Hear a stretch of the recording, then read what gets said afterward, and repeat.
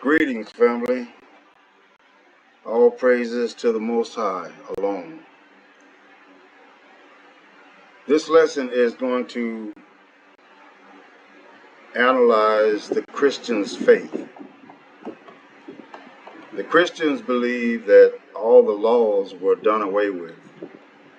I guess that makes them feel like they don't have to watch their sins anymore. They can just do whatever they want and go wash in the blood of JC and everything is good. But we're going to find out the laws were not done away with, and we're going to pull scripture to prove that. Christianity was a clever, concocted device to cause our people to war against each other. And if y'all know what I mean, just look at the way Christians act today toward people who believe like we do. And you can take some of the comments that's left on my channel to prove my point. They insist that JC is real and that the new covenant or the New Testament is here, but those two things are separate. But to them, the New Testament is the new covenant. That's what they think. So we're going to prove also that even that's not true.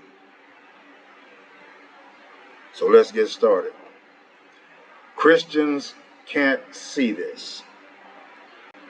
The law of the Most High is forever. Now, when you ask someone who believes the Bible, do you think that the Most High will ever flood the whole earth again? Almost 100% of the time, they will answer no. And when you ask them, well, why do you believe this? They'll say, because the Most High said he wouldn't, referring to Genesis chapter 9, verse 11 through 16. So let's look at the promise the Most High made about never flooding the earth again. Genesis chapter 9 and verse 11 through 16. And I will establish my covenant with you. Neither shall all flesh be cut off any more by the waters of a flood. Neither shall there any more be a flood to destroy the earth. And the Creator said, this is the token of the covenant which I make between me and you and every living creature that is with you. Now, pay attention to these highlighted words. For perpetual, that word is indefinite. It never ceases. It continues. For perpetual generations, I do set my bow in the cloud, and it shall be for a token of a covenant between me and the earth. And it shall come to pass, when I bring a cloud over the earth, that the bow shall be seen in the cloud. And I will remember my covenant. I will remember my covenant, and I will look upon it, that I may remember the everlasting covenant. This is continued. It's a never-ending decree. Everlasting means continually, never to stop. Between the Creator and every living creature of all flesh that is upon the earth. By looking at the above verses, I will have to agree that the Most High said that this covenant was everlasting, and it will continue generation after generation, perpetually. What just happened here? The Most High has just said 1, 2, 3, 4 times 5. 5 times in one statement. Continuation. So that must be extremely important. The Most High also used this terminology to describe the new covenant. the covenant to come, not the covenant that is here, the covenant to come. And people have faith that the new covenant will be everlasting too. But how can someone who thinks that the Creator can break his everlasting covenants have faith that he won't do the same with these two covenants? Do you think he can break his everlasting covenants? Exodus chapter 31 and verse 16.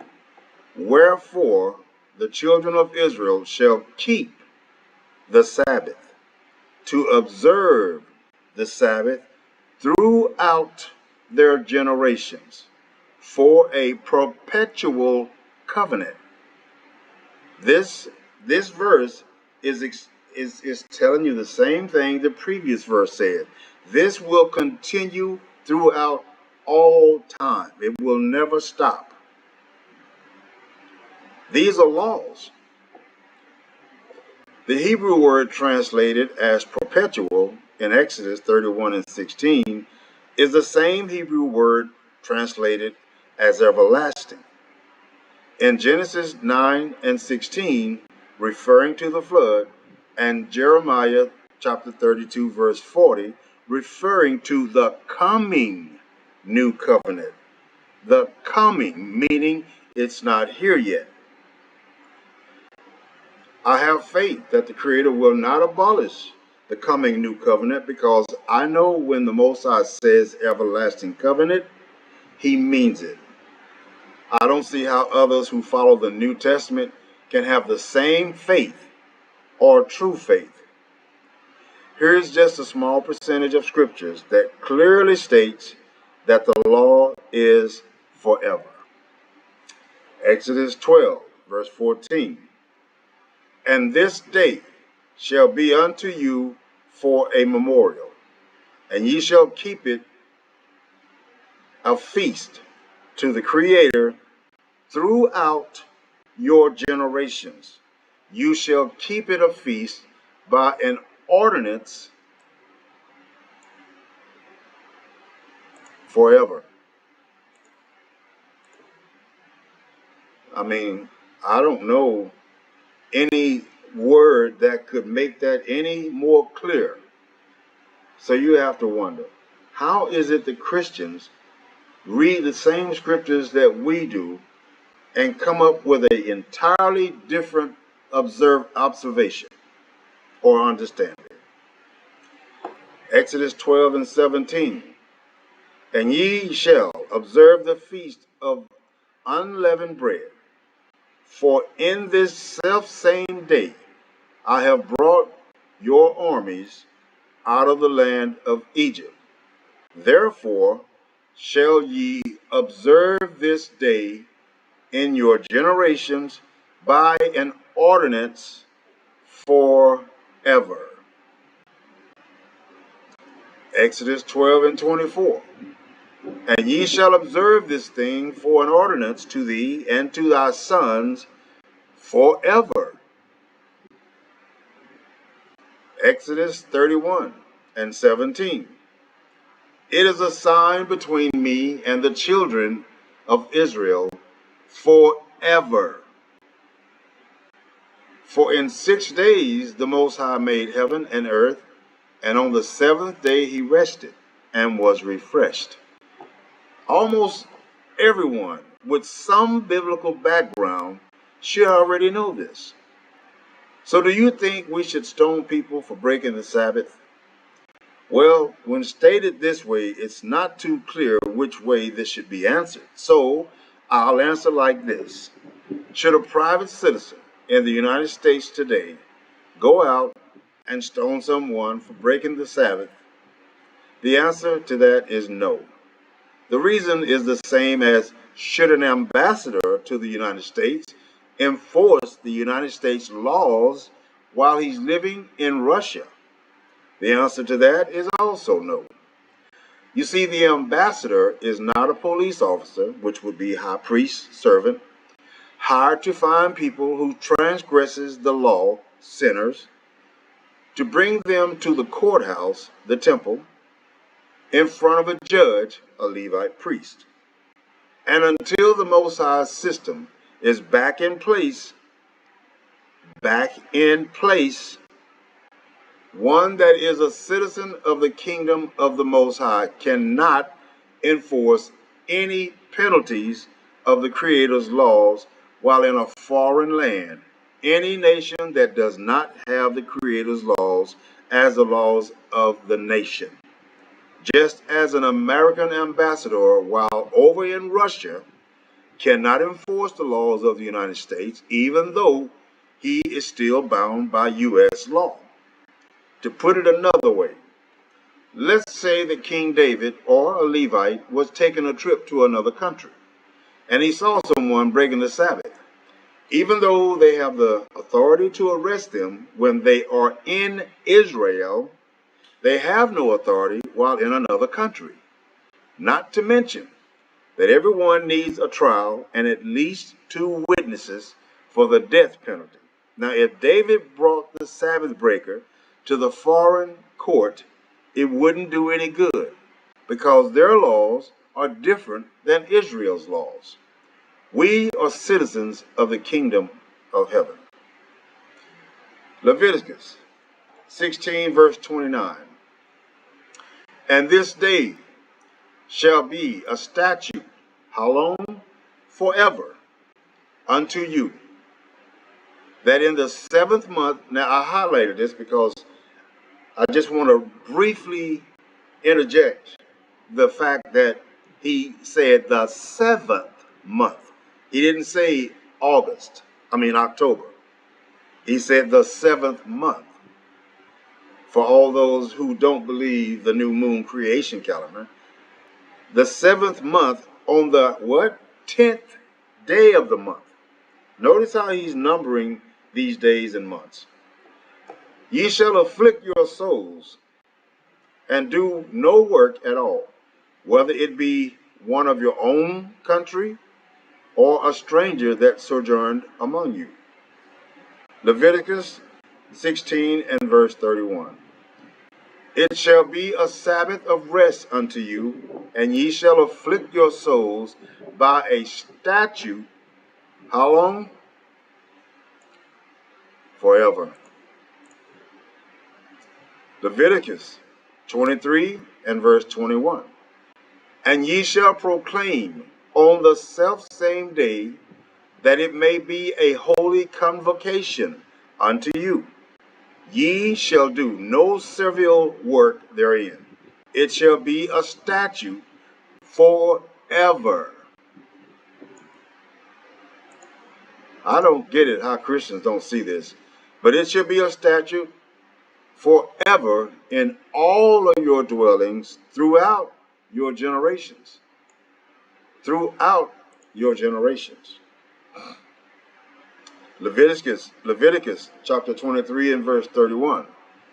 Ye shall do no manner of work. It shall be a statute forever throughout your generations. Look at all these forevers, y'all. And somebody tell me, when you read this, what is it about forever do you not get? And I'm asking the Christians. They're the ones having the problem realizing the real book from the fake. But it said it shall be a statute forever throughout your generations in all your dwellings. 2 Chronicles chapter 2 and verse 4. Behold, I build a house to the name of the Most High, my Creator, to dedicate it to him, and to burn before him sweet incense, and for the continual showbread, and for the burnt offerings morning and evening on the Sabbaths, and on the new moons. Y'all get that? And on the new moons.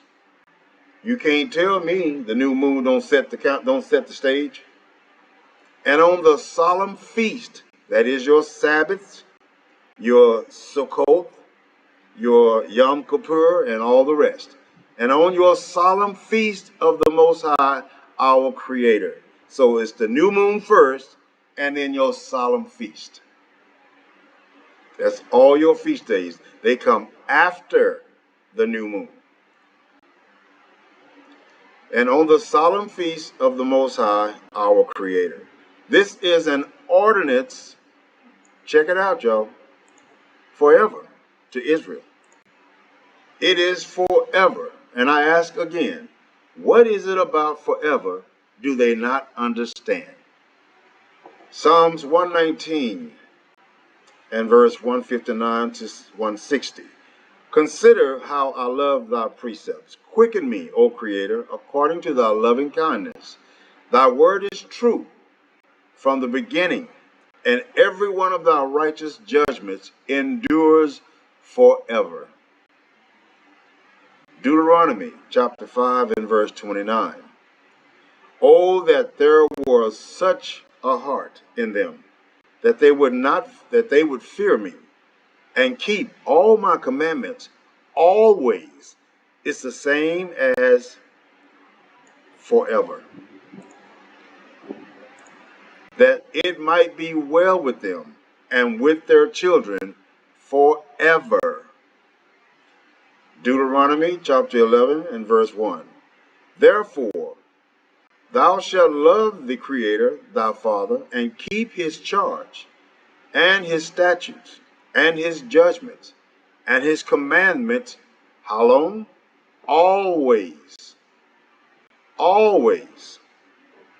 Leviticus chapter 10, verse 15. The heave shoulder and the wave breast shall they bring with the offerings made by the fire of the fat, to wave it for a wave offering for before the Creator. And it shall be thine and thy sons with thee by a statute forever. Now y'all bear with me because I got quite a few of these, and I figured it may take a dozen or so of these before some Christians' eyes magically opens up. So y'all just stick with me. As the Creator hath commanded. He commanded this statute forever. He didn't ask or request. He made this a commandment. Now, almost everyone that doesn't know the law, which is most Christians, would say, if you think the law of the Creator is not abolished, then doesn't that mean that we should sacrifice animals for our sins? Well, I'll answer that with two questions. First question, do you know a Levite priest that can do this for you? Remember when I taught the lesson that there were no priests today? What is he saying right here? Do you know a Levite priest that can do this for you? Who can trace his genealogy back to Levi? Do any of you know a priest that can do this? Question number two, can you make a sacrifice with the Creator's when the Creator's temple is destroyed? Are y'all really getting these two questions that I'm asking? Because this is what it would take. And there is no way anybody today that calls himself a priest can do this. First of all, they don't know if they're priests or not. Second of all, they cannot trace their genealogy back to the Levites. So they're just using elaborate words and definitions to gain notoriety, popularity from the people, which is a sin in itself.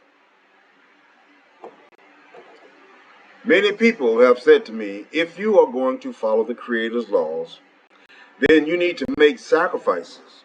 These people do not have a clue about the Creator's law. It would be a sin for me to make a sacrifice right now or anytime for at least a couple of reasons. One, I can't say that I am a Levite. Second, the temple is destroyed. Most people do not know why the Creator created the sacrifices in the first place. Sacrifices never forgave anyone for any sin. The sacrifices were for shadows, for a remembrance of sin, for feasting. It's hard to have a feast without food.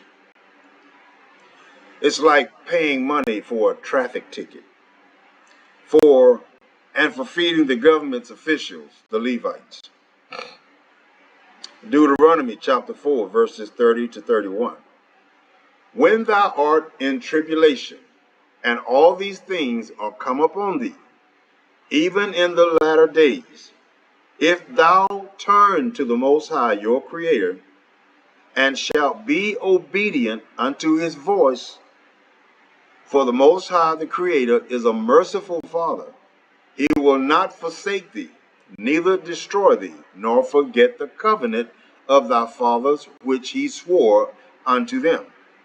Okay, now this scripture just said that in the latter days, not the present days, in the latter days, when we are in tribulation, if we turn to the Creator and be obedient, he will not forget the covenant of their fathers. What covenant do you think he's talking about? If you read all of Deuteronomy chapter 4, he is without a doubt talking about the covenant he made with Israel. Most Christians think that the Most High forgot about this covenant, but the Most High clearly said that he will remember it even in the latter days. The Christians contradict the Hebrew book in its discussion of the passing away of the Mosaic law. Throughout the Hebrew scriptures, we see the strongest language available in the Hebrew language to indicate that the Mosaic law is eternal. What is eternal? What does eternal mean? It is just like forever, always, continued, never to stop. This is particularly, but not exclusively, true of those aspects which Christians say are not binding any longer. For example, in regards to the Hebrew festivals, we see many references to their eternity. If y'all been following me, you know I'm right. The Sabbath is called an eternal covenant. Doesn't that mean forever? Most Christians today, 99% of them, are shaving their heads. I'm talking about the men right now. They're wearing mixed fabrics. They're not wearing fringes. They're not teaching the law. And the women, almost the same. They're wearing mixed fabrics. They're braiding their hair. And I can list a whole number of things. But in Exodus 31, chapter 31, verse 16 to 17, the Passover is called eternal. And that means what? Everlasting, non-stop, continued, forever. In Exodus chapter 12, 13 to 17, and Exodus 13 and verse 10, the Pentecost is also identified as such in Leviticus 23 and verse 21. Yom Kippur, Day of Atonement, in Leviticus chapter 16, verse 29, verse 31, verse 34, and Leviticus chapter 23 and verse 31, and Sukkoth or Booth is likewise identified as such in Leviticus chapter 23 and verse 41. Furthermore, the Levitical priesthood and sacrificial system is identified as eternal. If any of you are studying, you know this is correct. It is identified as eternal in the Hebrew scriptures. The priesthood, listen closely, the priesthood itself is described as eternal covenant in Numbers 25, verse 12 and 13. See also Exodus chapter 29, verse 9, and Exodus chapter 40 and 15. Likewise of the priestly vestments in Exodus chapter 28, 29, 28, chapter 28, verse 29 and verse 43, regarding the temple vessels, we see in the basin being commanded forever in Exodus chapter 30, verse 21, and the menorah in Leviticus chapter 24, verse 3, and the trumpets in Numbers chapter 10 and verse 8. The showbread is described as eternal in Leviticus chapter 24, verse 8, and scattered indications of eternal sacrifices, such as in Leviticus chapter 7 and verse 36. And those sacrifices implicitly included in the festivals. Most of these use the Hebrew word olam, which translates as forever or eternal. Same thing.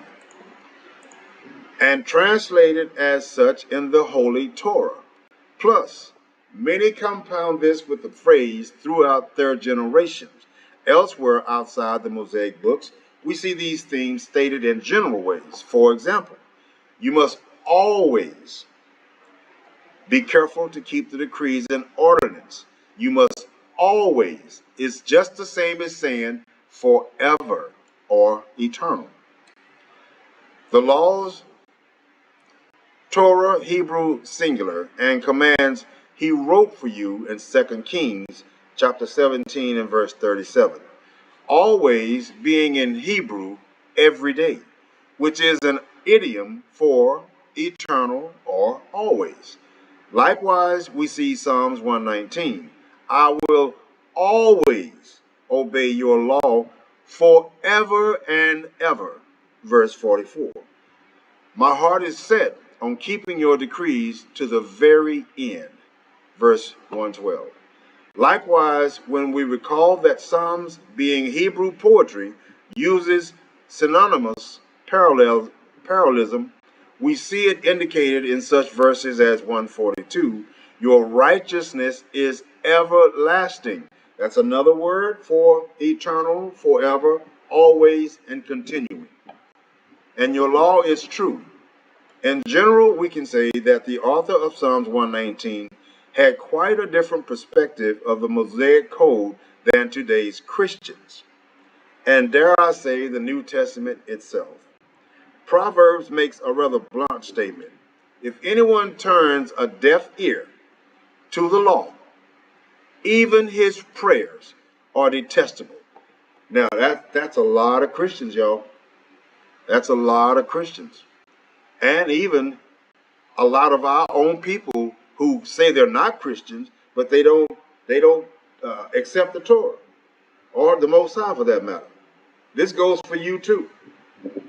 So I do believe that the Proverbs is using the same language to describe the prayers of the one who rejects the Mosaic law as it does to describe homosexual behavior. Furthermore, we see prophetic descriptions of obedience to the Mosaic Code, besides general ones such as Deuteronomy chapter 30, verse 8, Jeremiah chapter 31 and verse 33, and Ezekiel chapter 37 and verse 24. We again see specific references. We see references to priesthood and sacrificial service in Jeremiah 33 and 18, and Malachi 3 and 3, verses 3 through 4. Likewise, we see mention of festivals observance in Zechariah chapter 14 and verse 16, and Isaiah chapter 66 and verse 23. All of this is directly contrary to the teaching of the New Testament. They're not teaching the same things the same way. The Christians, the New Testament people, are teaching this in a whole different way, a contrary to the Torah, particularly of Paul and the authors of Hebrews. So how can the New Testament teach something contrary to the Hebrew scriptures and both be inspired by the Creator? And the Creator remain indisputable. How is that possible? If I'm inspired by the same Creator you are, then we should have or walk away with the same information or the same understanding. Now, I have listed here eternal statutes given by the Most High to Moses. This should put to rest the notion that the Torah has been abolished. The Feast of Unleavened Bread, Exodus 12 and 14.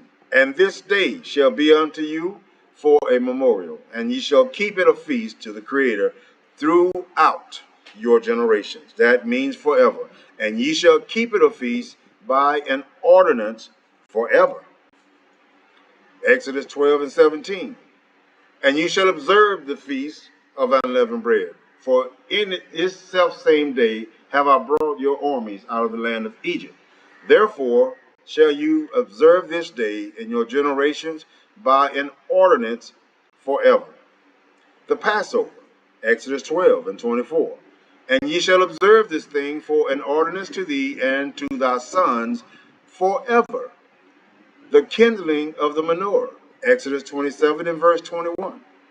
In the tabernacle of the congregation without the veil, which is before the testimony, Aaron and his sons shall order it from evening to morning before the Creator, and it shall be a statute forever unto their generations, on the behalf of the children of Israel.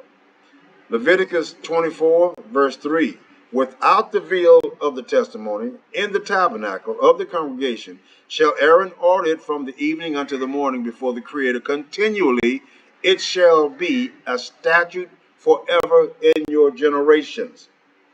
The priest's clothing, Exodus 28 and verse 43. And they shall be upon Aaron and upon his sons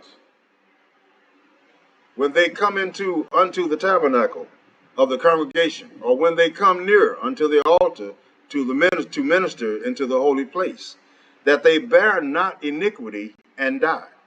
It shall be a statute forever unto him and his seed after him. That's us. Exodus 29 and verse 9. And thou shalt gird them with girdles, Aaron and his sons, and put the bonnets on them. And the priest's office shall be theirs for a perpetual statute. And thou shalt consecrate Aaron and his sons. The heave offering, Exodus 29 and verse 28. And it shall be Aaron's and his sons by what? A statute forever from the children of Israel. For it is an heave offering, and it shall be a heave offering from the children of Israel of the sacrifice of their peace offerings, even their heave offerings, offering unto the Creator. The burnt offering, Exodus 29 and verse 42. This shall be a continual burnt offering throughout everlasting your generations at the door of the tabernacle of the congregation before the Creator, where I will meet you to speak there unto thee. The burning of the incense in the temple, Exodus 30 verse 8. And when Aaron lighteth the lamps at even, he shall burn incense upon it, and a perpetual incense before the Creator throughout your generations. The sacrifices of the Day of Atonement, Exodus 30 verse 10. And Aaron shall make an atonement upon the horns of it once in a year, with the blood of the sin offering of the atonements. Once in the year shall he make atonement upon it throughout your generations. This word throughout is just like everlasting, always, forever. It is most holy unto the Creator. Priestly washing. Exodus chapter 30 verse 21. So they shall wash their hands and their feet, that they die not. And it shall be a statute for how long? Ever, forever, to them, even to him and to his seed throughout their generations. See, this does not stop. So how can you argue that laws were done away with? Everything that I've read to you so far is laws, and they all end with forever. So Malachi 3 and 6 says the Most High does not change. So when did he change from keep these laws forever to, oh, don't worry about these laws no more. You don't have to keep them. When did that happen? Production of the anointing oil, Exodus 30, verse 31 to 32. And thou shalt speak unto the children of Israel, saying, this shall be a holy anointing oil unto me throughout, there's that word again, your generations. This is continued upon man's flesh. And let me just say something before I move on, because I know some crackpot is gonna say something like, well, you said we can't do these things in the land of our captivity. You know, before we went into captivity, this was the way it was supposed to be. Now, just because we're in our captivity does not mean that this is not going to pick back up where it left off. That is what the new covenant coming is about, because we're going to come out of captivity and we're going to go back into our homeland. And guess what? When we get there, we're going to pick up and start doing every one of these things. So yeah, you can't do them, at least not most of them, in your land of captivity. But you will, if you're faithful and obedient, you will be doing them in our kingdom. Upon man's flesh shall it not be poured, neither shall ye make any other like it. After the composition of it, it is holy, and it shall be holy unto you. The Sabbath, Exodus 31 and verse 13. Speak thou also unto the children of Israel, saying, verily my Sabbath ye shall keep, for it is a sign between me and you throughout your generations. It is a sign between him and us. How can you have a sign between you and the Most High? That you can only do that by keeping the true, real Sabbath. That is not Friday sundown to Saturday sundown. It is not from Saturday sun up to Saturday sundown. It is when the new moon says so. That's the creation calendar. And that is how you have entered into contract with the Most High as being one of his. If you're not doing the creation calendar and keeping the Sabbath day according to it, then you are not part of his kingdom. For it is a sign between me and you throughout your generations, that you may know that I am the Creator that doeth sanctify you. Exodus 31, verse 16 to 17. Wherefore the children of Israel shall keep the Sabbath, to observe the Sabbath throughout their generations, for a perpetual covenant. It is a sign between me and the children of Israel. For how long? Forever. Forever. For in 6 days the Creator made heaven and earth, and on the seventh day, he didn't say Saturday, he said the seventh day he rested and was refreshed. Anointing of the priest. Exodus chapter 40 and verse 15. And thou shalt anoint them as thou didst anoint their father, that they may minister unto me in the priest office. For their anointing shall surely be an everlasting priesthood throughout their generations. Forbidden fats. Leviticus chapter 3, verse 17. It shall be a perpetual statute for your generations throughout all your dwellings, that you eat neither fat nor blood. The eating of the meat offering. Somebody has said many times to me, oh, we ain't supposed to eat meat. I mean, come on, man. If you can read, and if you ever read Leviticus, it's all kinds of meat in there that he says is clean, that you can eat it. Leviticus chapter 6 and verse 18. All the males among the children of Aaron shall eat of it. This is meat we're talking about. It shall be a statute for how long? Forever. I'm underlining this so everybody can see. In your generations concerning the offerings of the Creator made by fire, you cannot have a feast without food. Everyone that touches them shall be holy. Leviticus chapter 6, verse 22. And the priest of his sons that is anointed in his stead shall offer it. It is a statute, how long? Forever. I wish somebody would tell me, if the Christians would read the real book, they would not argue with you when you tell them the laws are not done away with. So why is it they don't know this? And why do they argue when you tell them that the laws are still here? It's because they're reading in a book of fables. It is a fiction. It is a fictional book. The characters in it are fictional. The JC man is fictional. You can't get the truth from a book written with nothing but lies. Unto the Creator it shall be wholly burnt. Priest portion of the heave offering. Leviticus chapter 7 and verse 34. For the wave breast and the heave shoulder have I taken of the children of Israel, from of the sacrifices of their peace offerings, and have given them unto Aaron the priest, and unto his sons by a statute forever. I mean, come on. How many times do you got to get hit on the head before you realize you're getting hit on the head?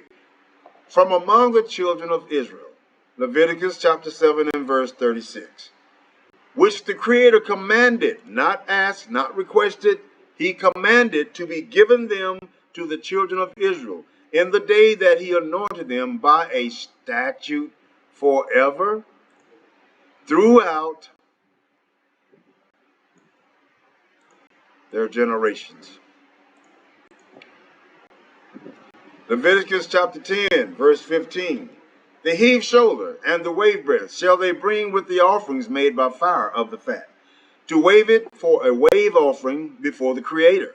And it shall be thine and thy sons with thee by a statute forever. As the Creator has what? Not asked, commanded. Numbers chapter 18 and verse 8. And the Most High spoke unto Aaron, behold, I also have given thee the charge of mine heave offerings, of all the hallowed things of the children of Israel. Unto thee have I given them by reason of the anointing, and to thy sons by an ordinance forever. Numbers chapter 18, verse 11. And this is thine, the heave offering of their gift, with all the wave offerings of the children of Israel. I have given them unto thee, and to thy sons, and to thy daughters with thee, by a statute forever. Everyone that is clean in thy house shall eat of it. Numbers 18, verse 19. All the heave offerings of the holy things which the children of Israel shall offer unto the Creator have I given thee, and thy sons, thy daughters with thee, by a statute forever. It is a covenant of salt forever before the Creator unto thee and to thy seed with thee. Y'all see all of these laws that are saying forever? Since we know the Most High don't change, neither does his laws. If he says that they're forever, that means forever. How do Christians come away with they have been done away with? How? That's them. They said that. They claim they lied on the Most High.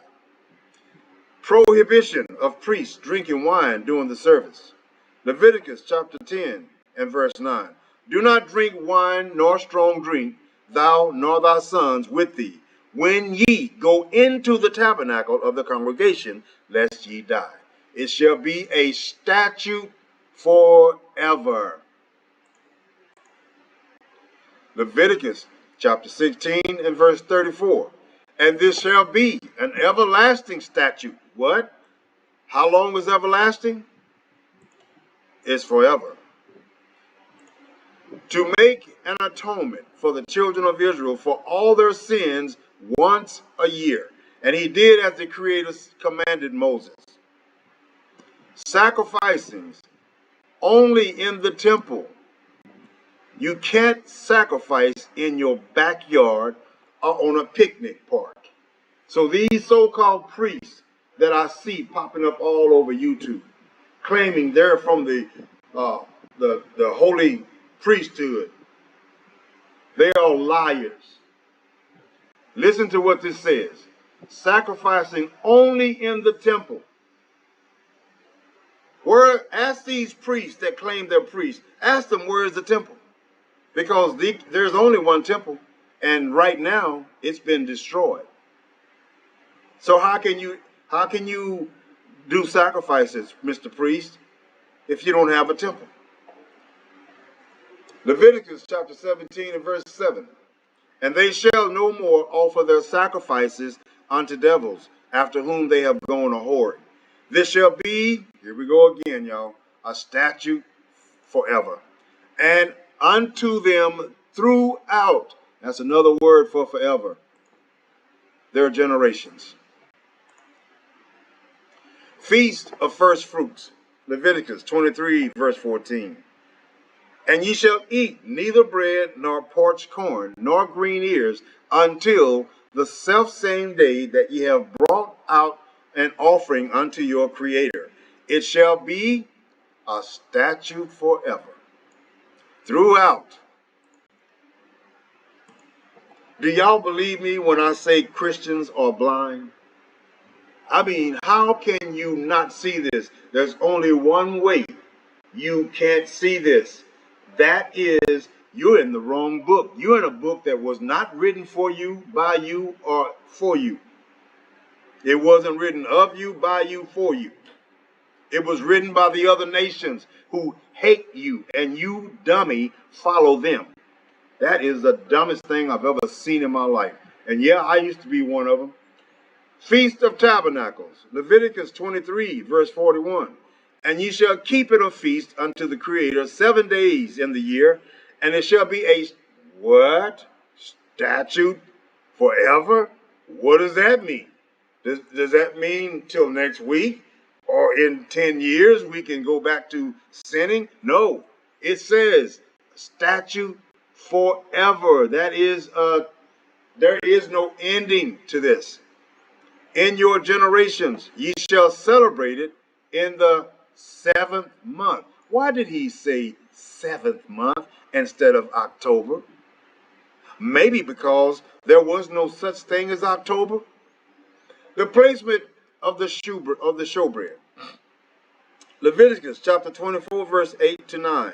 Every Sabbath he shall set it in order before the Most High. How long? Continually. How many know what continually means, boys and girls? It's everlasting, or forever, or eternal.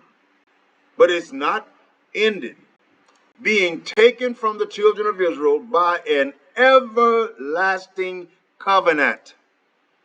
And it shall be Aaron's and his sons, and they shall eat it in the holy place. For it is holy unto him of the offerings of the Creator made by fire, by a perpetual statute. We know what perpetual means. We've seen it 1,000 times. It is forever. Blowing the trumpet.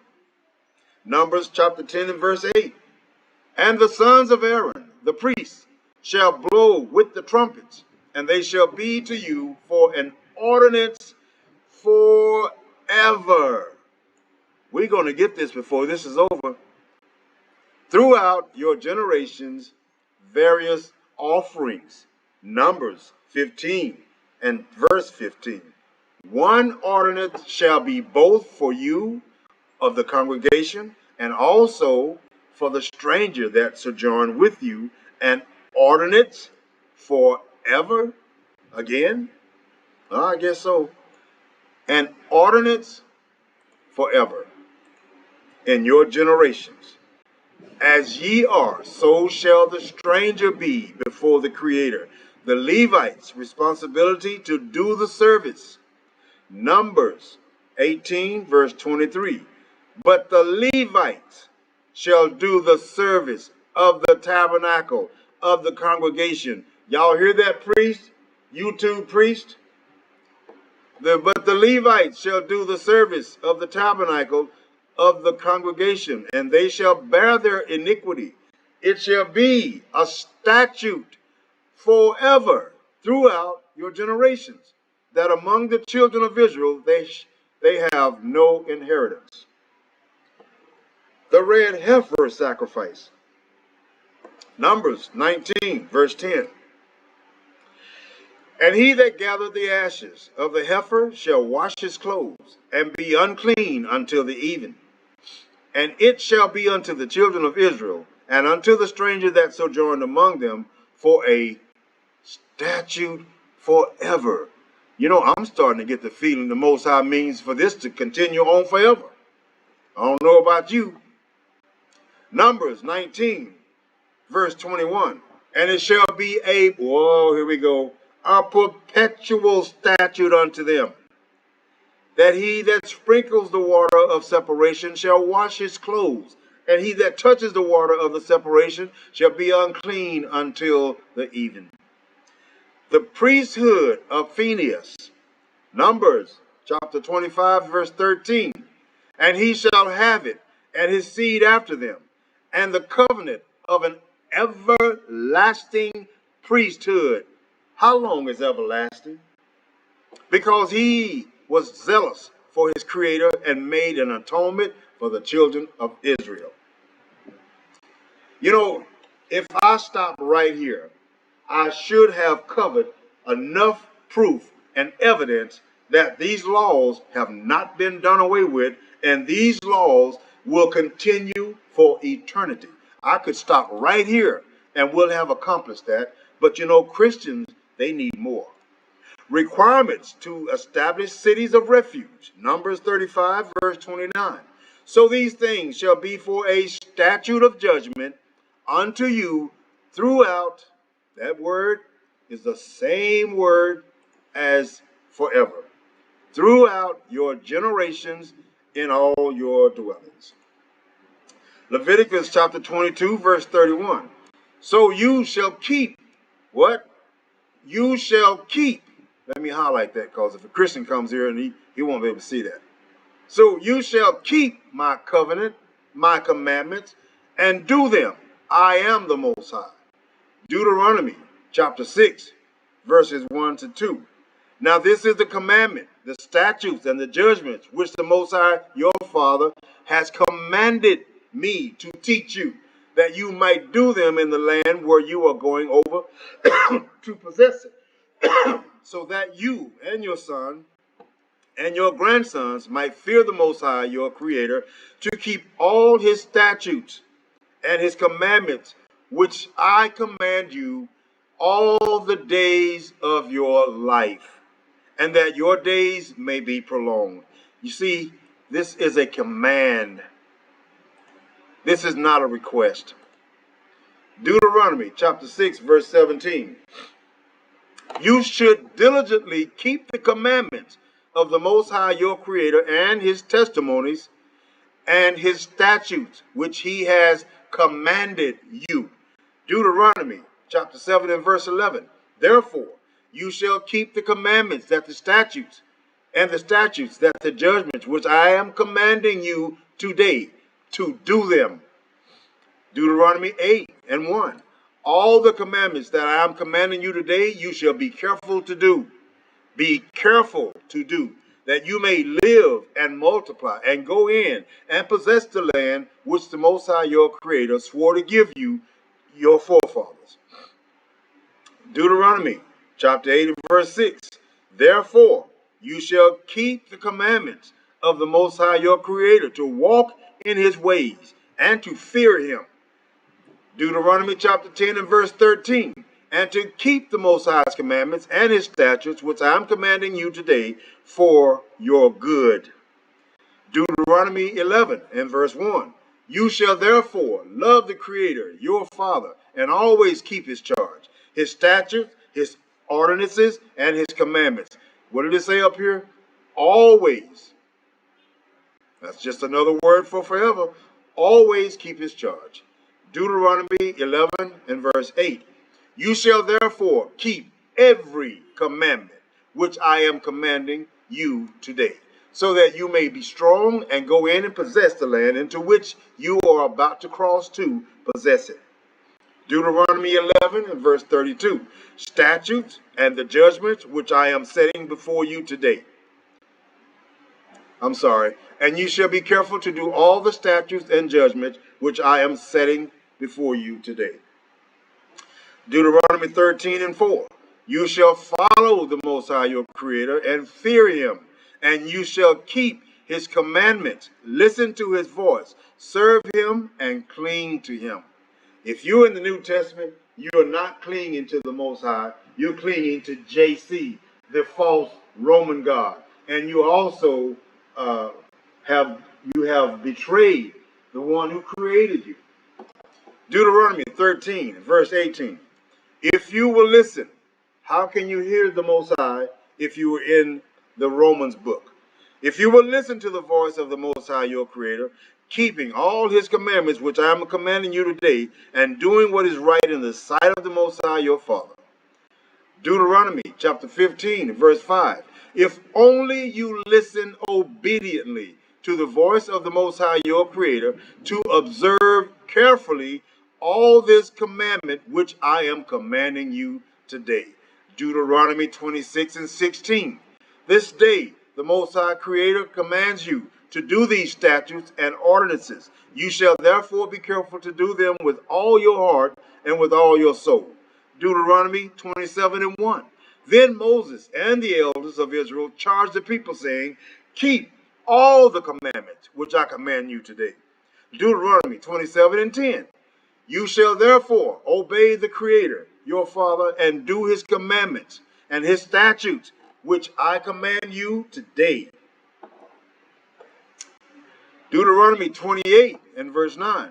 The Most High will establish you as a holy people to himself, and as he swore to you, if you keep the commandments of the Most High your Father and walk in his ways. So if you don't run from the book that was given to you into a book that was created to deceive you and walk in all his ways, you will be established into the kingdom. Deuteronomy 28 and 13. The Most High will make you the head and not the tail. You only will be above, and you will not be underneath, if you listen to the commandments of the Most High your Father, which I charge you today, to observe them carefully. Deuteronomy 28 and 58. If you are not careful to observe all the words of this law, which are written in this book, let's highlight that. The words of this law. What law? The laws in the Torah. The ones, the ones that Christians says were done away with. Well, the Most High said, no, they're not. Which are written in this book. What book? The Torah. He didn't say anything about a New Testament or a new book. Which are written in this book. That is the Torah. To fear his honored and awesome name, the Most High your Creator. Deuteronomy 29 and 29. The secret things belong to the Most High our Creator, but the things revealed belong to us and to our sons. How long? Forever. So what am I doing right now? The things that I'm revealing to you right now are the things that are forever. They're not temporary. That we may observe all the words of this Torah. That's what this means right here. When you see law, it's Torah. That we may observe all the words of this law. If he had another book, why didn't he include that book if it's part of the law? Deuteronomy 30 and verse 8. And you shall again obey the Most High and observe all his commandments, which I command you today. Deuteronomy 30:10. If you obey the Most High your Creator to keep his commandments and his statutes, which are written in, look at this, y'all, the book of the law. How many know that that means Torah? If you turn to the Most High your Creator with all your heart and soul. Deuteronomy 30:16. In that I command you today to love the Most High your Creator, to walk in his ways, and to do his commandments, and to keep his commandments and his statutes and his judgment, that you may live and multiply, and that the Most High your Creator may bless you in the land where you are entering to possess it. Deuteronomy 31:12. Assemble the people, the men and the women and children and the alien who is in your town, so that they may hear and learn and fear the Most High your Creator, and be careful to observe all the words of this law. Look how many times we have been told to look and honor and keep the law. So how is it possible that you can become a Christian and argue with somebody about the law? You don't know the law. You're a Christian. There is no laws in your book. They're only in the Torah. And if you think the New Testament was authorized and sanctified by the Most High, you should think twice. Deuteronomy 32:46.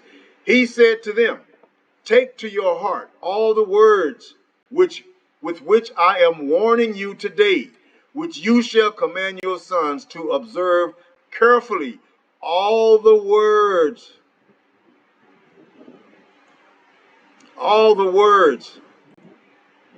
of this law. Joshua chapter 1 and verse 7. Only be strong and very courageous. Be careful to do according to all the law. Be careful to do all according to all the law which Moses my servant commanded you. Do not turn from it to the right or to the left. Do not go to another book, so that you may have success wherever you go. Joshua 22 and verse 5. Only be careful, only be very careful to observe the commandment and the law. I thought the law was done away with. Ain't that what the Christian said? Observe the commandment and the law which Moses, the servant of the Most High, commanded you, to love the Most High your Creator, and walk in all his ways, and keep his commandments, and hold fast to him, and serve him with all your heart and with all your soul. Joshua chapter 23 and verse 6. Be very firm then to keep and do all that is written. All y'all, look at this. Be very firm then to keep and do all that is written in the book of the law. Now I know, even if you're a Christian, that you know what the book of the law is. It's that book that you don't read because you were told it's outdated. Be very firm then to keep and do all that is written in the book of the law of Moses, so that you may not turn aside from it to the right or to the left. That means you are not supposed to notice any other book. So you look straight forward toward the book that was given to you, and you don't look to the left or to the right, because they're not for you. 1 Kings chapter 2 verse 3. Keep the charge of the Most High your Creator, to walk in his ways, and to keep his statutes, his commandments, his ordinances, and his testimonies, according to what is written, or we go, in the law of Moses, the book of the law, the Torah, that you may succeed in all that you do and wherever you turn. 1 Kings 3 and 14. If you walk in my ways, keeping my statutes and commandments, as your father David walked, then I will prolong your days. 1 Kings 6 and 12. Concerning the house which you are building, if you will walk in my statutes and execute my ordinances and keep all of my commandments by walking in them, then I will carry out my word with you, which I spoke to David, your father. 1 Kings chapter 8, verse 61. Let your heart therefore be wholly devoted to the Most High your Creator, to walk in his statutes and to keep his commandments as that is as at this day. Now listen, if you are a faithful Christian with a New Testament, or as you call it, the New Covenant, you cannot see the kingdom. You cannot walk in these laws and these statutes because your book doesn't have them. Your book does not have the statutes and the laws. 1 Kings chapter 9 and verse 4. As for you, if you will walk before me as your father David walked, in integrity of heart and uprightness, doing according to all that I have commanded you, and I will keep my statutes and my ordinances. You have to keep these laws. I am showing you every possible way. These laws are here forever. They are not going away. And Christians, you can't make them go away. You can't wish them away. You can't think them away. They are here to stay. 1 Kings 11 and 38. Then it will be that if you listen to all that I command you and walk in my ways and do what is right in my sight by observing my statutes and my commandments, as my servant David did, then I will be with you and build you an enduring house as I built for David, and I will give Israel to you. Listen. The Most High continues to tell his people to walk in his laws and statutes and commandments. These are laws. And he keeps mentioning David. Why did he not mention JC?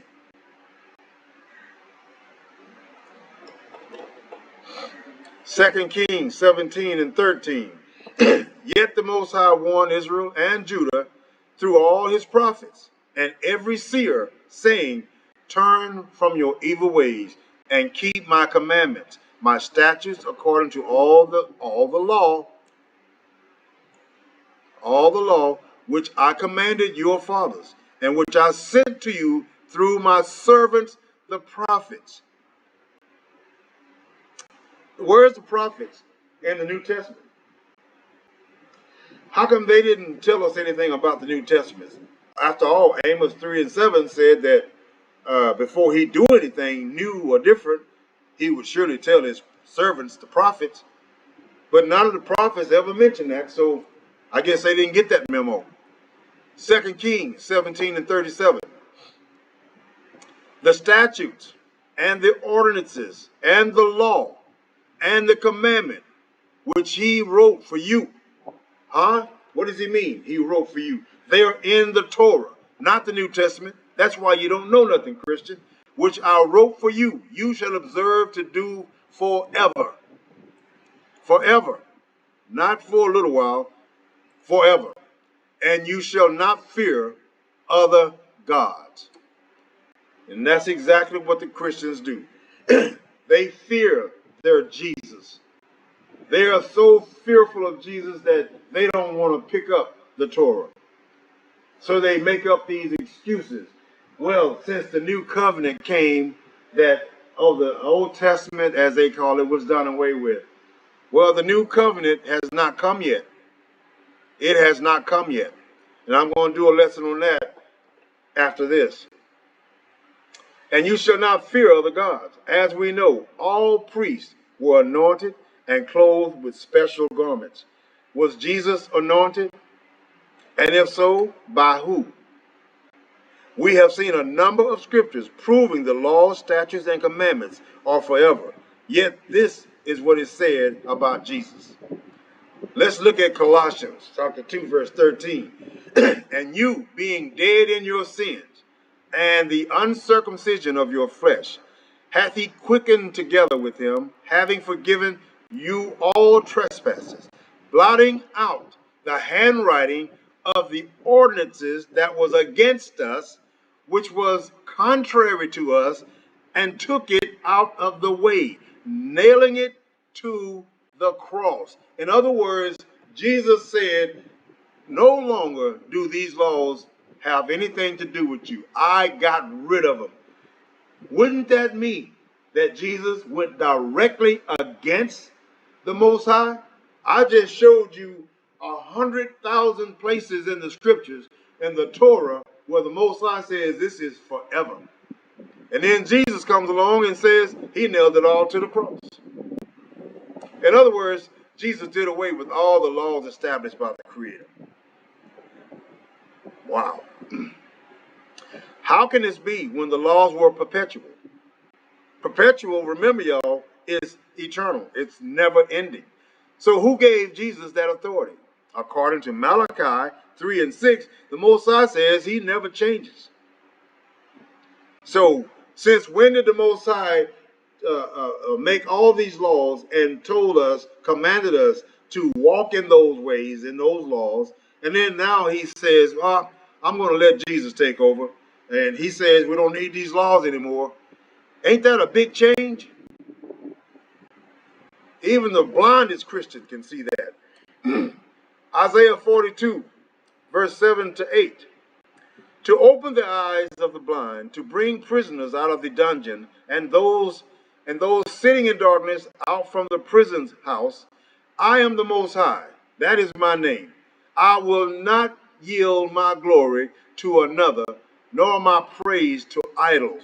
Behold, the former things have happened, and now I declare new things. Before they spring forth, I proclaim them to you.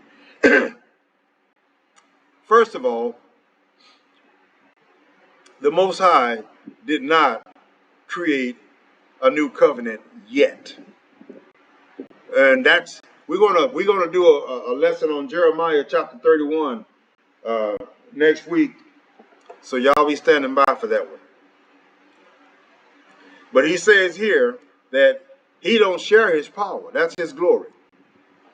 But Jesus said that all authority, power in heaven and earth was given unto him. Did he not say that?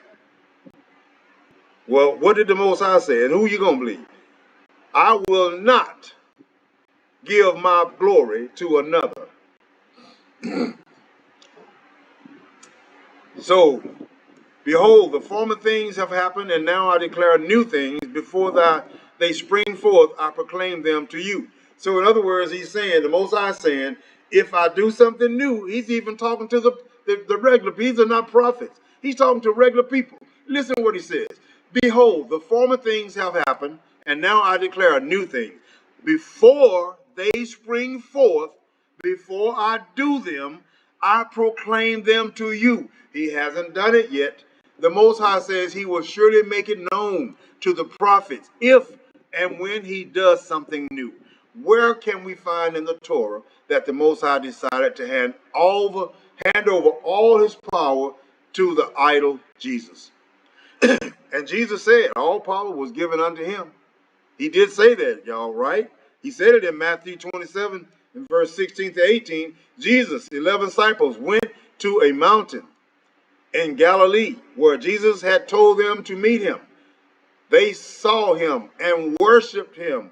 Why would Jesus, being the Son of God, allow man to worship him? But some of them doubted. Jesus came to them and said, I have been given all authority in heaven and on earth. What? Most High says, I will not give my power to another. But Jesus says, yes, you will. I'm taking it. He says, I have been given all authority in heaven and on earth. Jesus said in Matthew 16 and 28, truly, I tell you, some who are standing here will not taste death before they see the Son of Man coming into his kingdom. How big of a lie is that? Yet every one of those men who stood before him on that day have long since been dead. They didn't see no Son of Man. Colossians chapter 1 and verse 16 and 17.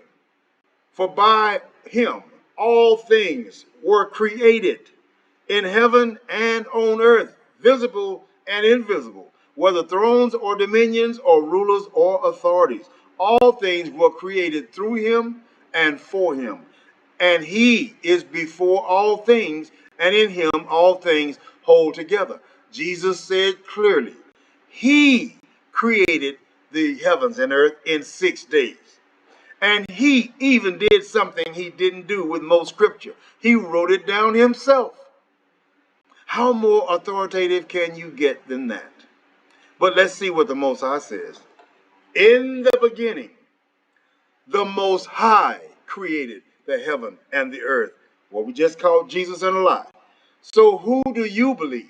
Jesus didn't fulfill one prophecy when he was here, supposedly here. And none of what he said ever came to pass. Jesus claimed to be God in the flesh. Exodus chapter 33 and verse 20.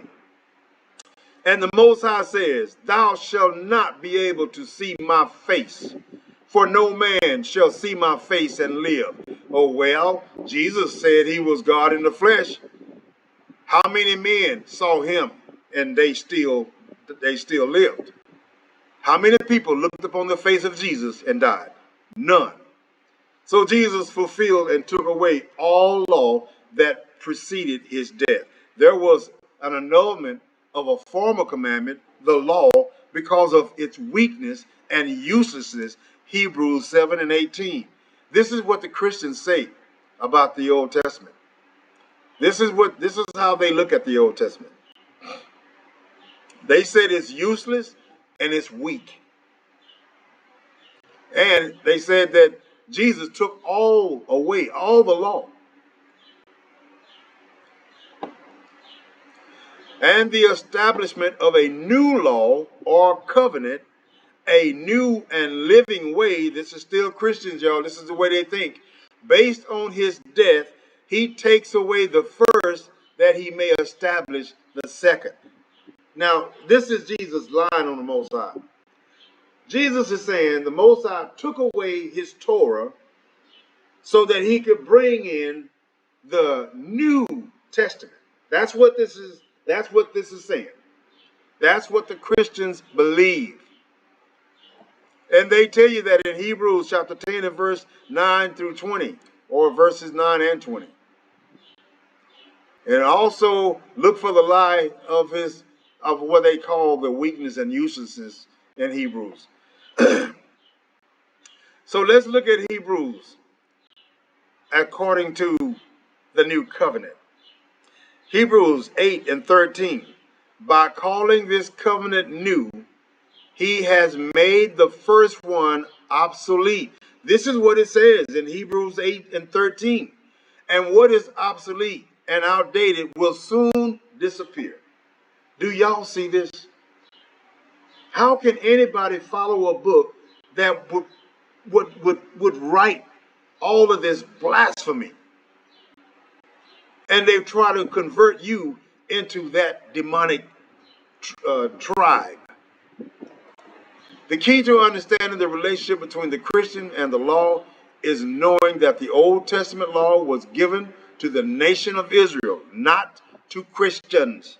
Some of the laws were to reveal to the Israelites how to obey and please the Most High. The Ten Commandments, for example.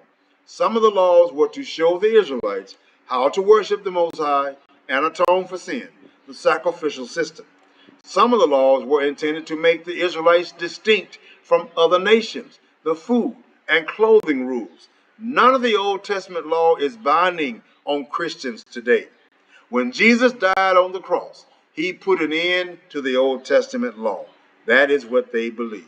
Romans chapter 10, verse 4, Galatians chapter 3, 23 to 25, Ephesians 2, verse 15. And in place of the Old Testament law, Christians are under the law of Christ. Maybe that's why they can't see or hear. Galatians chapter 6 and verse 2, which is to love the Lord your God with all your heart and with all your soul and with all your mind, and to love your neighbor as yourself. Matthew 22, verse 37 to 39. Now, the Christians they're quoting some of the same scriptures or verses from the Old Testament, but they're leaving out anything to do with the law. They pick and choose what they want to live with. Even they saying, love the Lord your God. But when they say this, they're not talking about the Most High Creator. They're talking about JC. And with all your soul, with all your mind, and to love your neighbor as yourself. Matthew 22, 37 and 39. If we obey those two commands, we will be fulfilling all that Christ requires of us. Did y'all get that? This is New Testament. Why would anybody want anything to do with that? Unless the Old Testament, as they call it, is a little too tough for you. All the law and the prophets hang on to these two commandments. That's what they say. Matthew 22 and 40. Many of the commandments in the Old Testament law fall into the categories of loving the Most High and loving your neighbor. The Old Testament law can be a good guidepost for some for knowing how to love the Most High and knowing what goes into loving your neighbor. At the same time, to say that the Old Testament law applies to Christians is incorrect. It is not true. Jeremiah chapter 31, verse 31 and 34. Behold, the days come, the days will come, saith the Creator, that I will, let's look at these words carefully. Will is a future reference word. It is speaking about ahead of now, sometime from now, that I will. He haven't done, he says, I will make a new covenant with the house of Israel and with the house of Judah, not according to the covenant that I made with their fathers in the day that I took them by the hand to bring them out of the land of Egypt, which my covenant they broke, although I was an husband unto them, saith the Most High.